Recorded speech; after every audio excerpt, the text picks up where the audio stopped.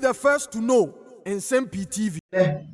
Parliament House atimu ayediye pa na minority leader Afenyo Makins atimu achire eyedom kese ne se eba mra na eba government business ewo Parliament House wodi a wuyini free mu a wanhwe ya wunya obia ewo ho na ensem ekoso ewo Parliament House ne na Nsem-Pii TV ya boaboa no a yede ba besom yenatifo atifo bekaya na sentam ena bia na ifo sha se Womutu MPP amayeko no government appointees ene enkofo bi so sa na sana nipa wo hye ase Dominic Ayine na owura Afenyo Makins amfa ne ho anche no Parliament House wo se wonim na dwuma wonko na 1992 constitution wonko fa na article 46 no wonko kan yi na wonko dwuma dia Ghana aban wodi ahye ne sa as attorney general abusua wei ene nsema hodo bi eka ho na owura Afenyo Makins watimi ababa mu na Parliament House etimu ayedin ena enye asamketua na we de ye nche ho yenkwe na Nsem-Pii TV yekofa free Parliament House wo baaye yemfa mesomo na ho ensema ekoso ewo man konkro Ghana.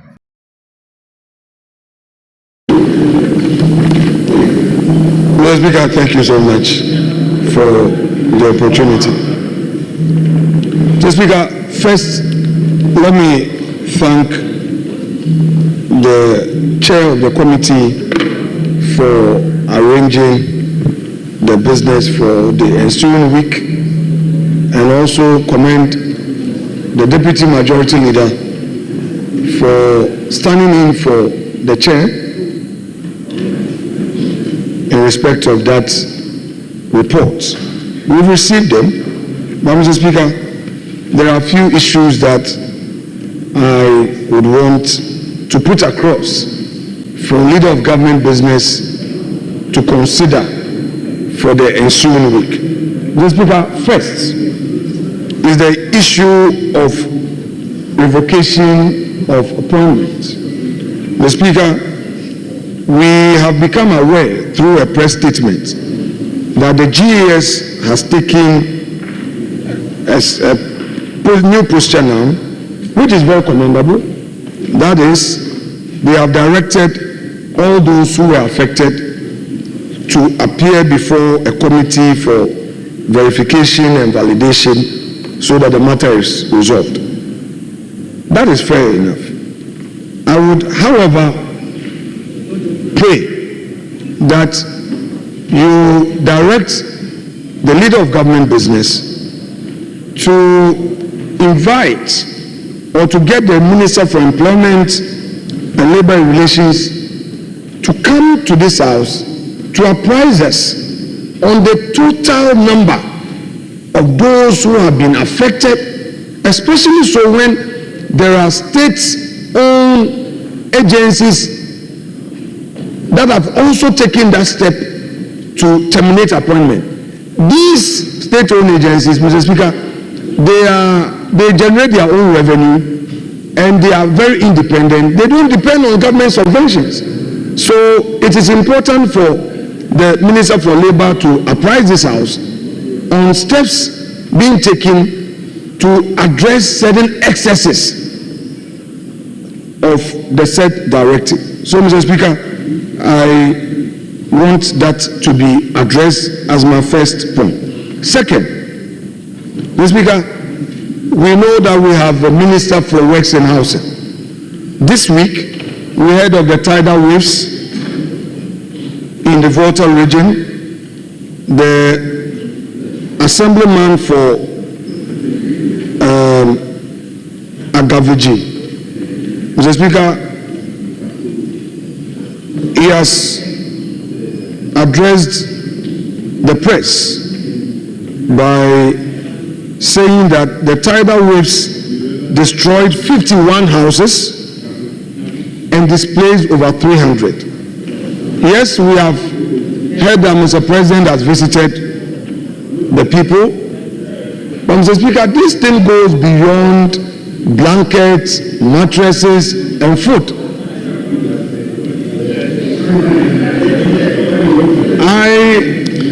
Minority leader. Yes, please. The points that you are raising, do you want it to find expression in the business statement? Yeah, Mr. Speaker. Other than that, you would allow me to adopt the business statement so that you can raise it as a matter of public No, importance? Mr. Speaker, with respect, not to challenge you, I'm only expressing a view. Normally, the practice, as I've come to know, is that it's an opportunity for us to raise these. Then, if the leader of government business finds it worthy of considering, and based on your directive, then the business statement gets amended. But if you rule it out, then we leave it as it is. I would want to give you the opportunity to raise it as a This matter particular of... one? Yes. Okay, then I will drop it and move so to the that next one. after the business statement is adopted, Mr. Speaker, I then would like you can I will bring it yield to to the that floor. directive. Yes. So I will drop that point 2. Yes. And then move to my point 3. That is it. Thank you.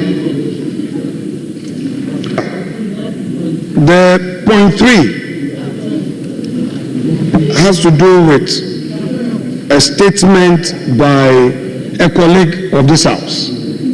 And I would implore the leader of government business to again ferry this to the Minister of Finance to properly put this matter in context. Mr. Speaker, because it's a major matter.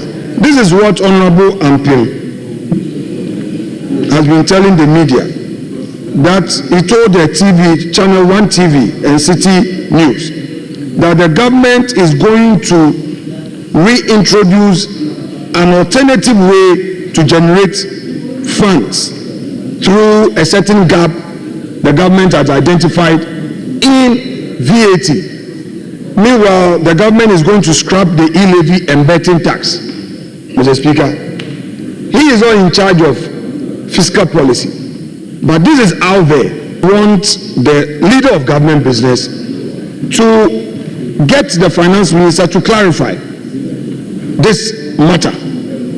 Ghanaians are not ready for new taxes whilst they were in opposition. The Attorney General. Mr. Speaker, I would also want to pray the leader of government business to invite the Attorney General to brief us on his directive to state investigative agencies to arrest people.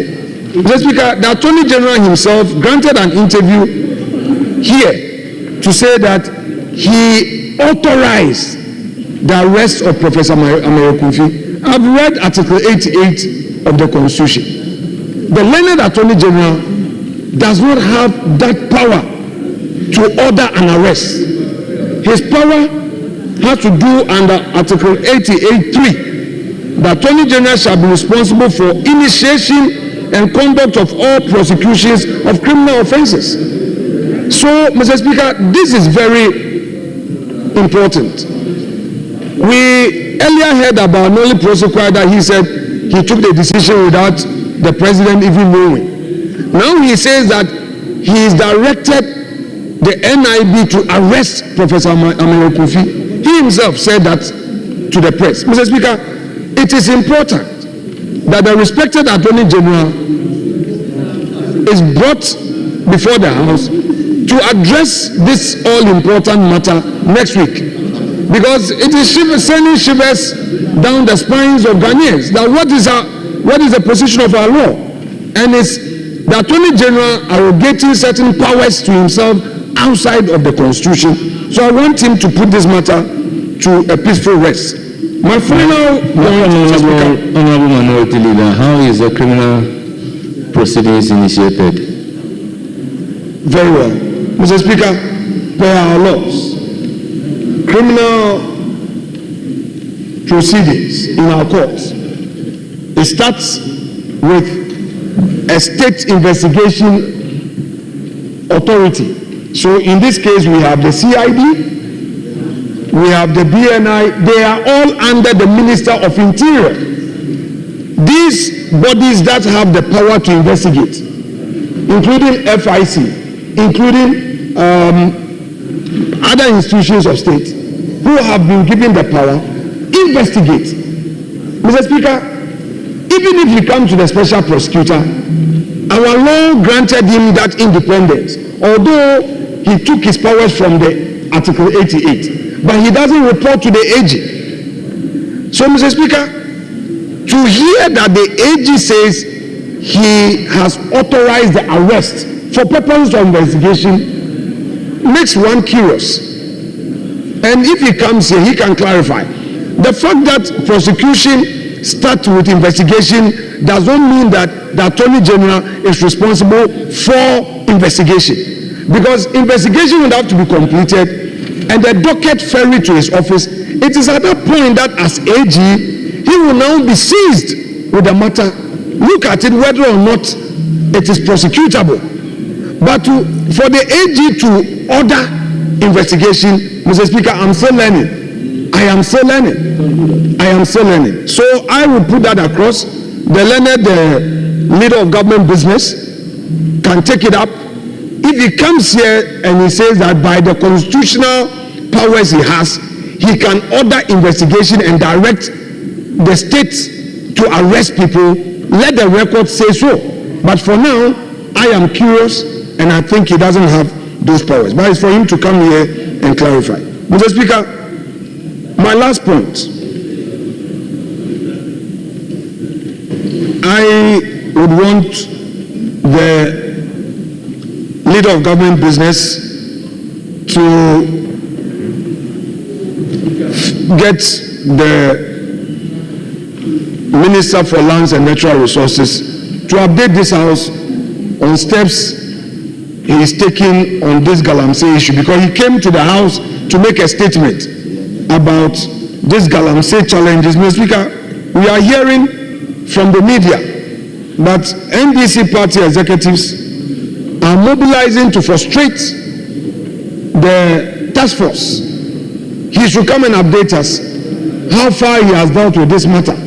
Because for now, the task force is unable to, and they are still destroying our water bodies. He should program to come to this House to update the House on the state, because, Mr. Speaker, it's getting out of hand when they even blocked the Dunkwa, offering the task force to cross, and there was confrontation. Mr. Speaker, I believe that these matters can properly be addressed by the minister if he is brought to this House, so that since it's within his purview, he will be able to address us on same. Mr. Speaker, I rest my case and leave it for leader of government business to address, and then we'll make progress. Thank you so much indeed.